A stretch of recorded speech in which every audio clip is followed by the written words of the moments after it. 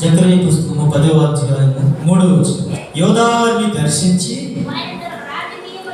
వారిని తమ రాజకీయములకు అశ్వముల వంటి వారిగా చేయుదును. ఆమేన్. వారి చెదిరిపోయిన వారిని ఎలా మారుస్తాడు తెలుసా? ఎలా మారుస్తాడు అంటున్నాడు దేవుడు? రాజకీయములకు అశ్వముల వంటి వారిగా చేస్తాడట. ఆమేన్. అశ్వములు అంటే గుర్రములు, అంటే గుర్రముల వారిగా చేస్తాడు. తోలివేయబడిన వారిని మరలా తీసుకొని వచ్చి ఎలా మారుస్తాడట? గుర్రముల మాదిరిగా మారుస్తాడట. గుర్రములను ఎవరైనా తోలగలరా? గొర్రెలను తోలవచ్చు, మేకలను తోలవచ్చు ఈజీగా. కానీ గుర్రాలను ఎవరు తోలలేదు. ఆ యుద్ధములు చూసి కూడా ఏమాత్రమో భయపడతాయి. అవి భయపడవు.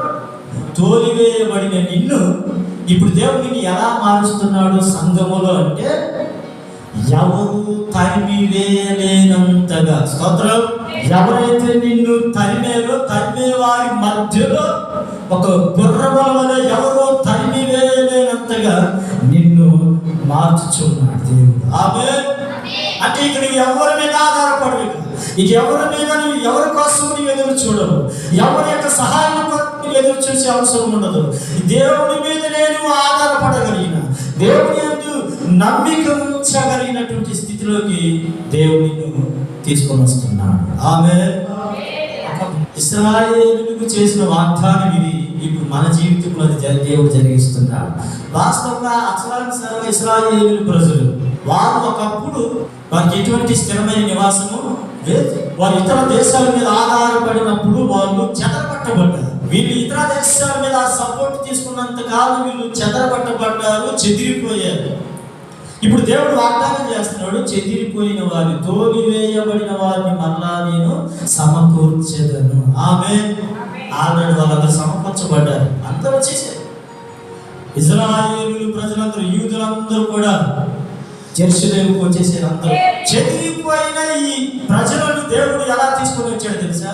యూదులని దేవుడు మరలా తీసుకుని వచ్చి ఎవరు వెళ్ళగొట్టలేనంతగా, ఎవరు తరిమివేయలేనంతగా ఒక బలమైన జనాంగంగా దేవుడు వారిని స్థిరపరిచాడండి.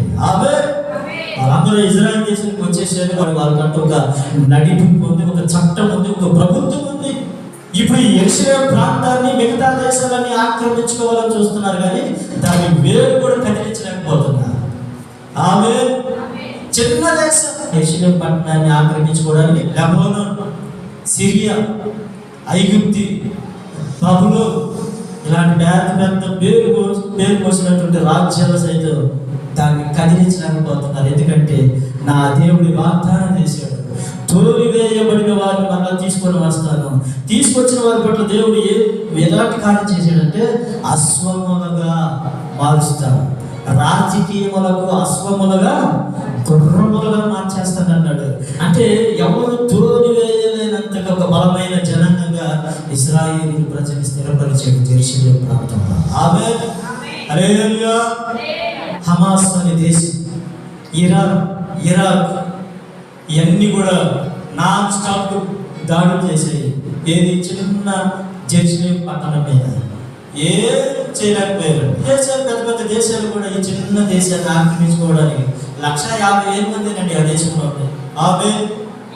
ఆత్మీయంగాను శారీరకంగాను వారిని బలమైన వ్యక్తులుగా దేవుడు స్థిరపరిచాడు. వాగ్దానం చేస్తున్నాడు అంటే, తోలివేయబడిన అనుభవంలో ఉన్న మన జీవితంలో ఎవరు నన్ను ఆదరించట్లేదు, నన్ను ఎవరు పలకరించట్లేదు, నన్ను ఎవరు ప్రేమించట్లేదు, నాకు ఎవరు సహాయం చేయట్లేదు, ఎవరు నాకు ఓదార్చట్లేదు అని అనుకుంటున్నాను. ఈ జీవితంలో తోలివేయబడిన అనుభవంలో ఉన్న ఈ జీవితంలో దేవుడిని ఎలాగ మారుస్తున్నట్టు గుర్రముల వలె అశ్వములు, రాజకీయములకు అశ్వములకు దేవుడిని తయారు చేయబోతున్నాడు. ఇక నీవు ఎవరు ఓదార్పు కోసం ఎదురు చూడవు, ఇక ఎవరు సహాయం కొరకు నువ్వు ఎదురు చూడవు, ఇక ఎవరి యొక్క ఆదరణ కొరకు నువ్వు ఎదురు చూడవు. నీకు నీవే బలము పొందుకుంటావు, నీకు నీవే ధైర్యం తెచ్చుకుంటావు, నీకు నీవే బలము పొందుకొని స్ట్రాంగ్ గా తయారు చేస్తున్నాడు దేవుడు. ఆమేన్. ఎవరిని నియమిస్తున్నాడు? ఒక కాపరిని నియమిస్తాడు. ఆ కాపరి మిమ్మల్ని ఆదరిస్తాడు, ఆ కాపరి మిమ్మల్ని ధైర్యపరుస్తాడు, ఆ కాపరి మీకు ఆదరణ కలుగుతుంది, ఆ కాపరి వల్ల మిమ్మల్ని నిత్య జీవమునికి నడిపిస్తాడు. నేను మీకు మంచి కాపరిని నియమిస్తానని చెబుతున్నాడు. ఆ మాట చదువుతాం. యెహెజ్కేలు గ్రంథం 34వ అధ్యాయం 23వ వచనం. వాటిని మేపుటకై నేను నా సేవకుడైన దావీదును వారి మీద కాపరిగా నియమించెదను. అతడు వాటికి వేటికి? తోలివేయబడిన వాటికి కాపరిగా ఉండి వాటిని మేపులు. మన జీవితాలు తోలివేయబడిన అనుభవాలు. అంటే మన గురించి ఎవరు విచారించేవారు? ఎవరు ప్రేమించేవారు, ఆదరించేవారు లేదు, పట్టించుకునేవారు లేదు, పరామర్శించేవారు లేదు, గాయపడితే గాయం కట్టేవారు లేదు, బలహీనంగా ఉన్నప్పుడు బలపరిచేవారు లేదు. వీళ్ళందరూ ఎవరు? తోలివేయబడిన వారు. ఇప్పుడు దేవుడు ఏమంటున్నాడంటే, నేను మన వారిని తోలుకొని వస్తాను, వచ్చి ఒక కాపరిని నియమిస్తాను. ఆమె ఆ కాపరి ఎవరు? నా సేవకుడైన దావీదు. ఆమె అసలు ఈ మాట చెప్పినప్పుడు దావీదే, అసలు దావీదు కూడా చనిపోయి, మరి ఎవరి గురించి చెప్తున్నాడు? దావీదు వంశములో పుట్టిన యేసు ప్రభువుని గురించి చెప్తున్నాడు. ఆమె దావీదు వంశములో పుట్టిన మన ప్రభు యేసు క్రీస్తు గురించి మాట్లాడుతున్నా. నా ప్రజలకు దావీదు వంశము నుంచి ఒకడు వస్తాడు, అతని ఆ ప్రజలకు కాపరిగా ఉంటాడు.